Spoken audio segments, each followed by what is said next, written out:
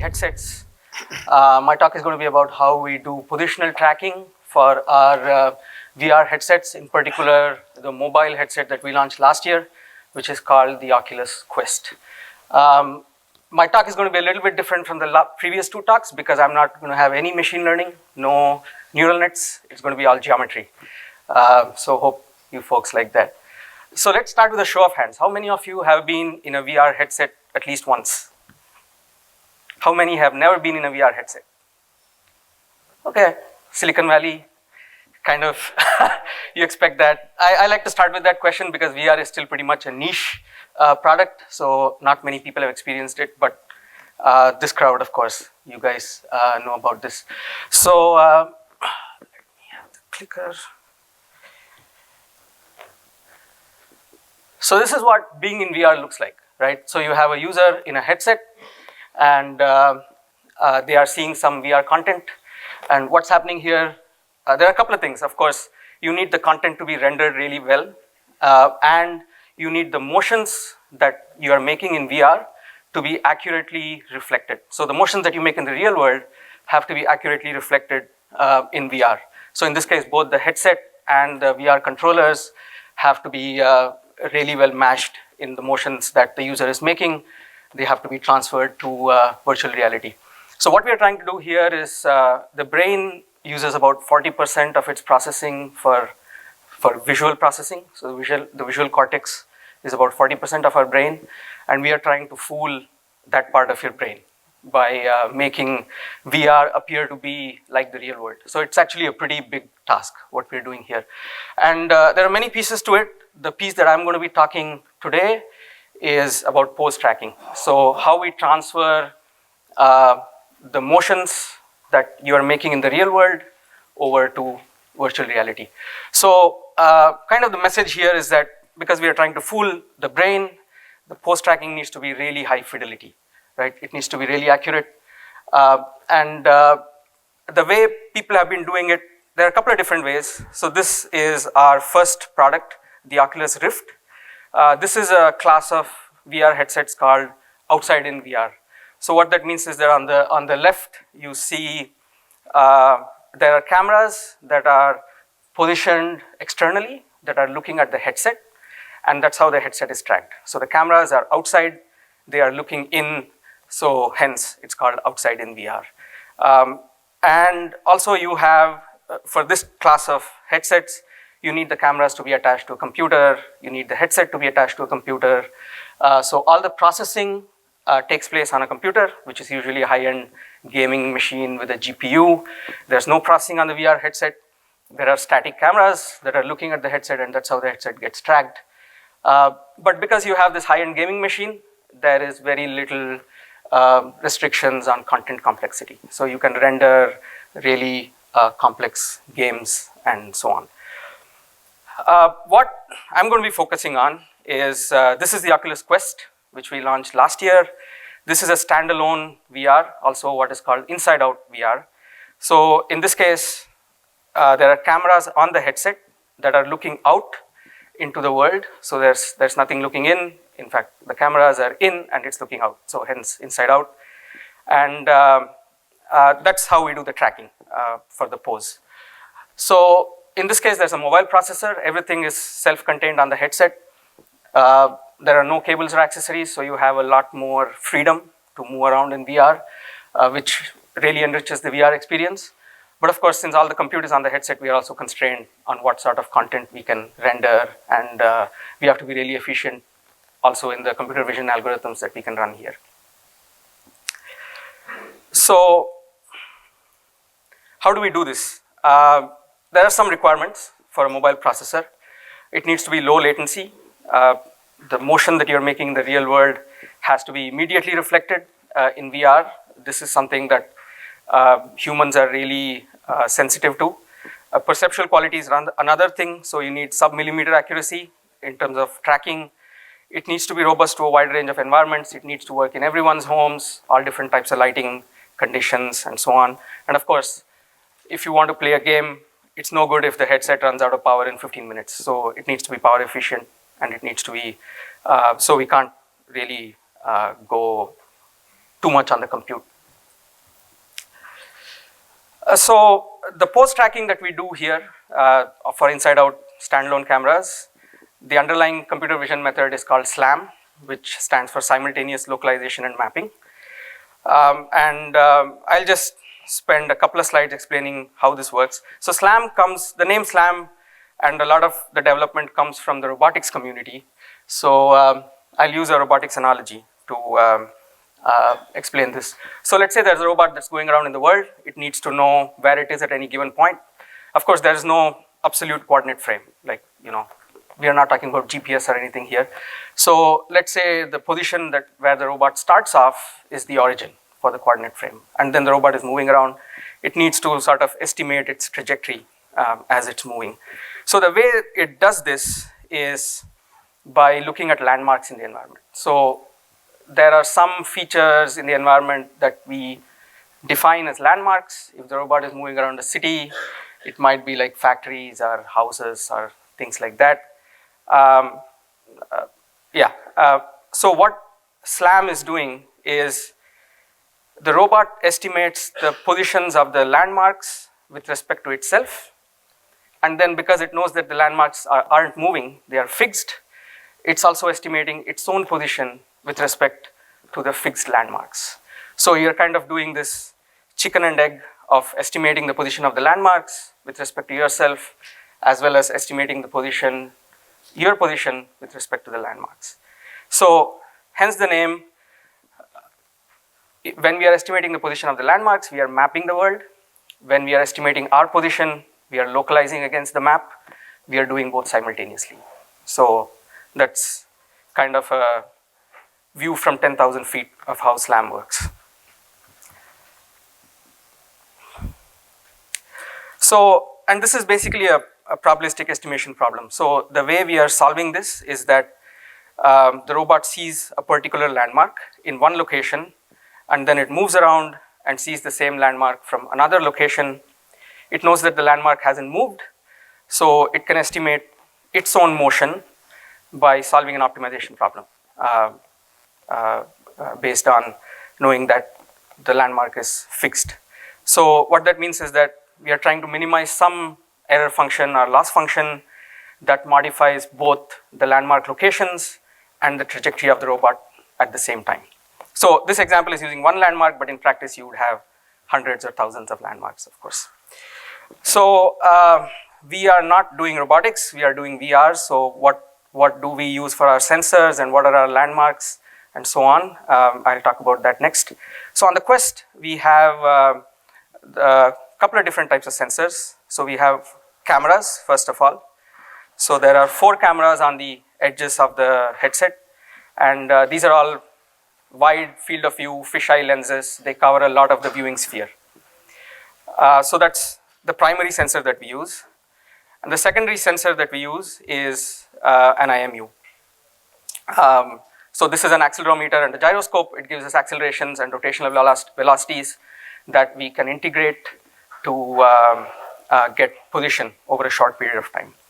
I could have just said cameras and IMU, but I really wanted to show this explosion view of Quest. I think it's really cool. So what does it look like? What is the Quest doing when I say it's building a map and localizing? So this is what it looks like. So the landmarks in our case are 3D points in the environment, which correspond to some features in the images that the Quest is seeing. And based on those 3D points, it's localizing its own position. So as the user moves around, the mapping part is building a point cloud, and the localizing part is finding the position of the headset with respect to this point cloud.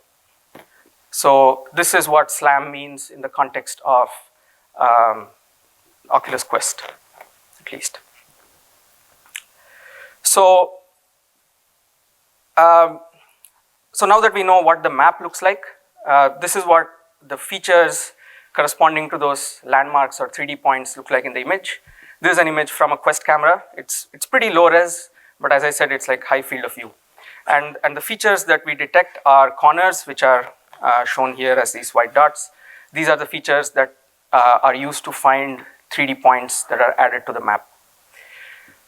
So the way we do that is by what's called matching and triangulation. So it's basically how we find depth by using stereo. So we have two eyes and a baseline, and that's what we use to find depth, and that's pretty much the same process that's happening here.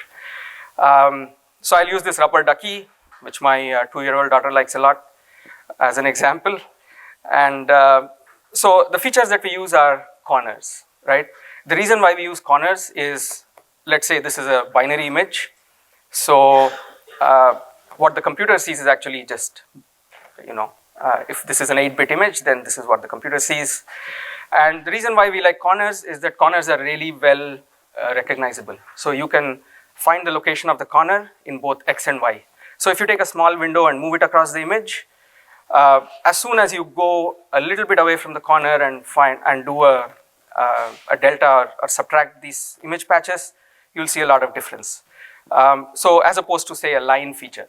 So if you're moving along the line, you actually don't know where along the line you are. Whereas for a corner, this is pretty clear. So that's why we like corner features.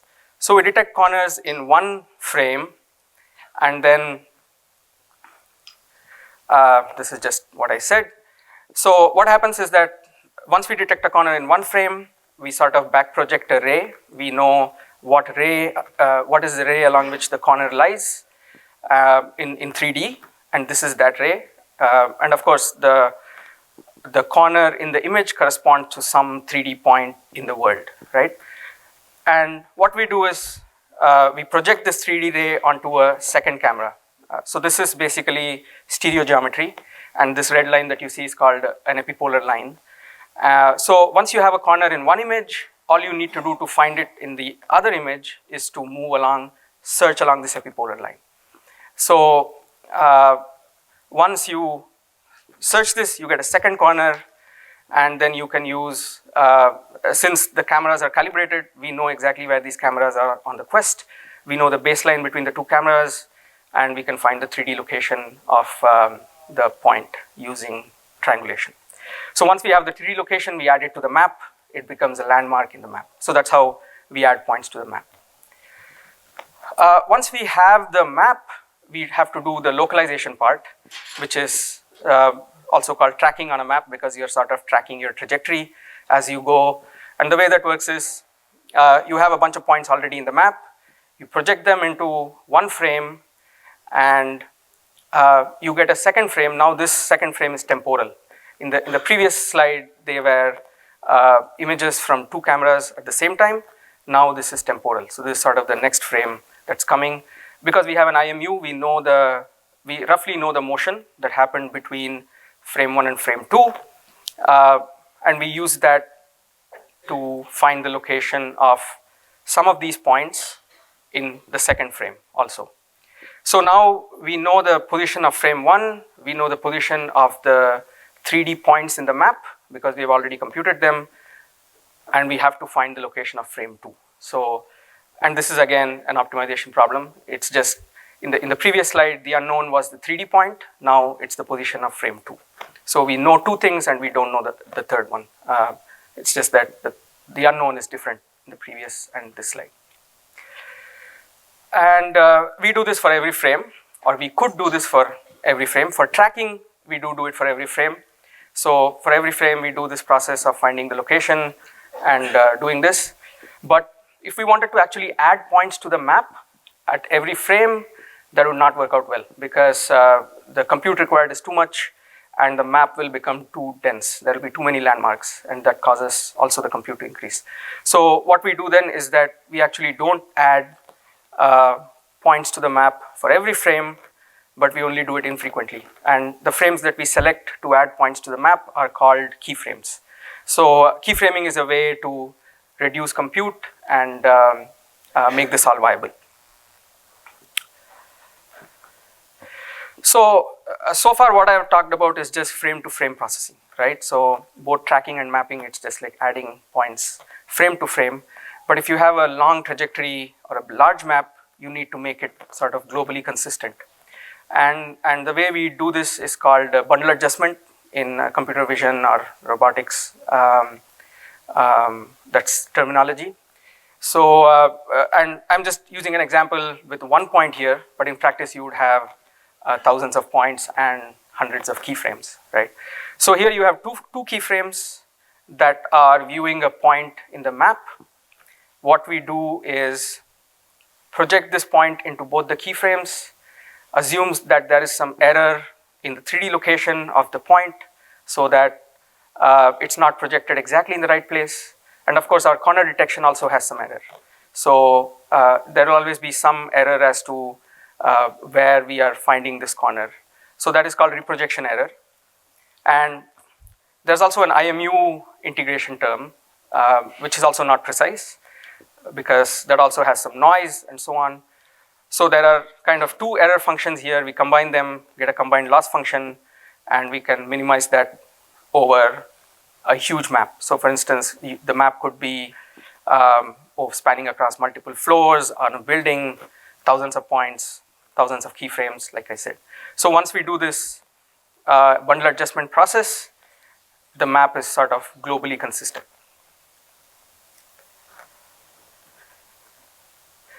So this is kind of putting together in a block diagram everything that I talked about. Obviously, as you can see, I didn't talk about everything. I only touched on some of the points. The main takeaway here is so the way we make this viable on a mobile processor is by doing two main things. One is by multi-threading. So there's an IMU thread, there's a camera thread, which is called the tracker thread here. The IMU is typically running at 500 hertz or 1 kilohertz. So this thread is really cycling through a lot, and it has to keep up with the IMU rate. So if your IMU is 1 kilohertz, this thread cannot take more than 1 millisecond per iteration, right? So the amount of work we can do here is very little. Pretty much the only thing we do is integrating the IMU to get pose over a small interval. The tracker thread is running off of the cameras, so it has to run at camera frame rate. On the Quest, this is 30 frames per second. And so everything that I talked about, matching, triangulation, adding points to the map, everything has to happen here. Actually, not adding points to the map, just the tracking part, like the corner detection and matching and triangulation. And there is actually a mapper thread that is doing the keyframing and adding points to the map. So that runs at a much slower rate. Like I said, we don't add keyframes at every frame, at every camera frame, we only add them infrequently. So this is very compute intensive because it's also doing the bundle adjustment, which is a large optimization problem. So this runs maybe at 5 hertz or lower. This runs somewhere around 30 hertz. This thread is running 1 kilohertz, right? And the other thing we do to make this efficient is we are using hardware acceleration. So we have a DSP to do all the image processing parts. So Hamid mentioned in his talk what image processing is. So in this case, the image processing we are using is kind of like building an image pyramid, detecting corners, doing the matching. All of this are kind of lower level things that we can speed up using the DSP. So now we have a pipeline that is kind of efficient. It works reasonably well, but we also need to do some additional things to make sure this translates into a good VR user experience. So we talked about efficiency. The other challenges are robustness, meaning it has to work in many different types of environments. And the way we get robustness is by doing benchmarking and having a set of metrics that we can rely on to know how the system is performing. So the image here is showing a person using a Quest and controllers that have markers on them, which are motion capture markers, and there are cameras on the. Sorry, can I go back? There are cameras on the walls here that are tracking the markers. So this is kind of a ground truthing system that gives us the error of the SLAM system that we have on the Quest. So. And we have actually collected this kind of data in hundreds of different locations, leading to thousands of data sets that make sure that we have the robustness that's required, and also during development we are not regressing and so on. And this also leads to a great perceptual experience. So I talked about efficiency in the pose estimation or the SLAM part, but that's actually not the full story as far as VR latency is concerned. So what happens here is, if we were not using the IMU, if we were just using cameras, we would need 2 camera frames to estimate pose. So on Quest, the camera runs at 30 frames per second, so the time between every frame is roughly 30 milliseconds. So if you had no IMU, you would have to wait 60 milliseconds to even get a pose, right? So you would already be 60 milliseconds in the past. But we have an IMU, and what that gets us is, it allows us to do this prediction so that we are able to predict the pose of the headset at the time that we completed frame processing. So suddenly, instead of being 60 milliseconds in the past, you are right at the present. So you have no lag. But that's still not the full story, because we still want to render content. And the content rendering also takes time. So when you as a user do a motion and you see the motion reflected in VR, what you are seeing is actually an extrapolated pose, because the rendering also takes some time, and the scene that you're seeing is actually coming from an extrapolated IMU pose. So the time between when the camera frame is read off the sensor and the time when you see the actual content being rendered is what is called motion to photon latency. And this is what we try to minimize for a VR headset. So there's also a rendering part to it. That's all I had to say about the headset tracking. I'll quickly go through controller tracking and show how it works. So on the controllers, we have these IR LEDs, which we know the locations of. They are calibrated to know the locations. And we also have a controller IMU, similar to what we have on the headset. And what is happening is that the cameras on the Quest are also tracking the IR LEDs on the controllers. And since we know the relative distance between the LEDs on the controller, we know the pose of the controller with respect to the headset. It's similar to like a camera checkerboard calibration problem. And since the headset cameras have a wide field of view, you can move your controllers anywhere and they still get tracked. This is just a view of what the camera on the headset is seeing when it's tracking these IR blobs, which are the LEDs on the controllers. This is actually using a really low exposure frame. So everything in the background is kind of darkened out. It only sees the infrared LEDs. How much time do I have? Okay, I'm almost done. I was wondering whether to show this or not. I would love to show this. Okay. I'm not going to talk much about this, but we also announced hand tracking on the Quest. This actually uses a CNN pipeline, which is also accelerated on the DSP. I just wanted to show it because I think it's really cool. Having hands in VR is an amazing experience, and being able to interact with VR objects. But that's pretty much all I'm going to say about it. So what's next? So our goal at Facebook is to move towards augmented reality. So far, we have worked on VR, shipped VR headsets, but we are working towards augmented reality in the longer term. And what that means is that we need to do a lot more work. So we need shared experiences. Virtual reality is a pretty isolating experience. You put on the headset, you don't see anything, you don't see anyone. So we need to work on shared experiences. We need to work on semantics in the world. Right now we have this point cloud, but we don't know the objects that are there, the planes that are there, the surfaces that are there. So we need to add a lot more semantics to the world as the system sees it. We need to expand this to be world scale. The Quest is a room scale device currently. So the mapping cannot scale to like a building or so on, because the compute doesn't hold up for a mobile platform. So we need to make this somehow distributed and world scale. And we also need to make the map remain fresh at all times, because the world is changing and the map that we are building needs to change along with it. So this is what we call lifelong mapping. So at Facebook, we have a saying that the journey is only 1% complete. And I think for the work that we are doing, it's literally true. I'll just end with a hiring plug. We are hiring in all areas. If you're interested, please drop me a line or go to our careers website. Thank you very much. Questions? So here you assume static environment. I'm wondering that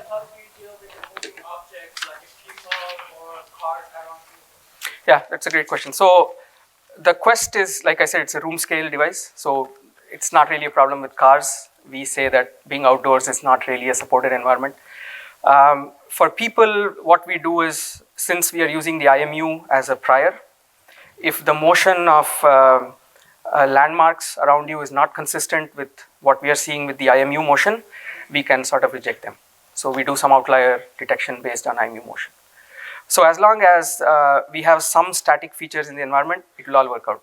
But if you have like a circle of people moving around you and the headset sees nothing else, then it's not going to work out. So in terms of, are you using any deep learning, machine learning for Oculus or in the future? Not for the SLAM part that I talked about, but there are some opportunities there to use deep learning that we are exploring. So there are a couple of things I didn't talk about here. One is that the Quest actually remembers your VR play space between sessions. The way we do that is by using descriptors, and there is an opportunity to use learned descriptors. So things like that. And your processor is what, ARM-based processor? Yes, it's a mobile processor. There is no ASIC here? There is no ASIC. Yeah. DSP is also it's a Qualcomm thing. Yeah, I think. Yeah, so it's a Qualcomm processor. This is this is open knowledge. If you search on, it's a Snapdragon. Yes. Yeah. What are some of the user interface features that you are envisioning that's very critical that your hardware is currently capable of supporting? You have a look at it. For VR, I think what we have is not too bad. Like there's nothing critical that's blocking things for VR. For AR, it's a completely different thing. I think we need much denser reconstruction. We need meshing, things like this, which cannot be done on the current compute envelope. Does that answer your question? Please.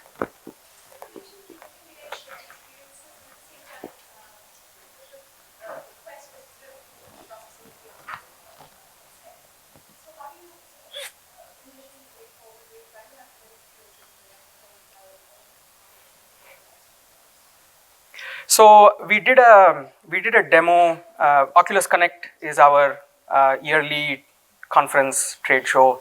We did a demo the last year. So it was Oculus Connect 5, where we had a arena scale VR experience with 6 people at once in VR headsets playing like paintball or laser tag, something like this.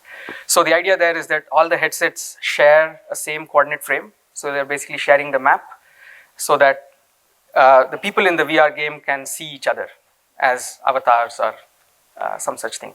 So it's just like playing laser tag in VR, pretty much. So that is one type of shared experience we had. Of course, for augmented reality, it's a completely different ballgame.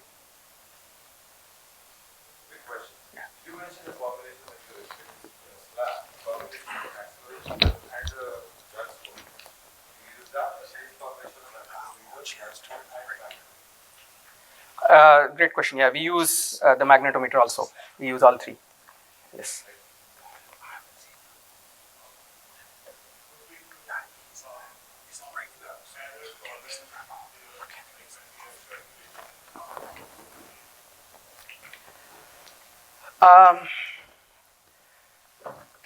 So we are more concerned with the error tolerance of the headset pose. It's very hard to measure tolerance of 3D points directly.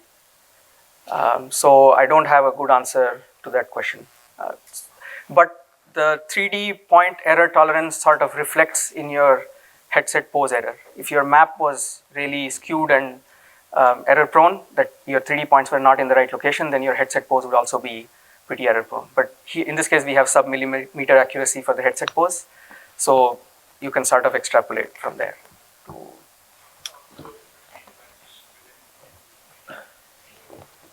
But it also depends on the distance of the point from the headset. Right? Yeah. More questions? Yeah. Are you looking into ways of tracking certain objects with higher accuracy, certain objects in the real world, with lower accuracy technology? Is there something like that? Not right now, but this also goes back to the semantics part that I was talking about. So that would be something that we would need to know, that associate some semantics with objects, know that this is the type of object that we need to track, things like that. But, yeah. Okay, Anand, thank you so much for your Thank you. presentation. Thanks. I appreciate it. Hey,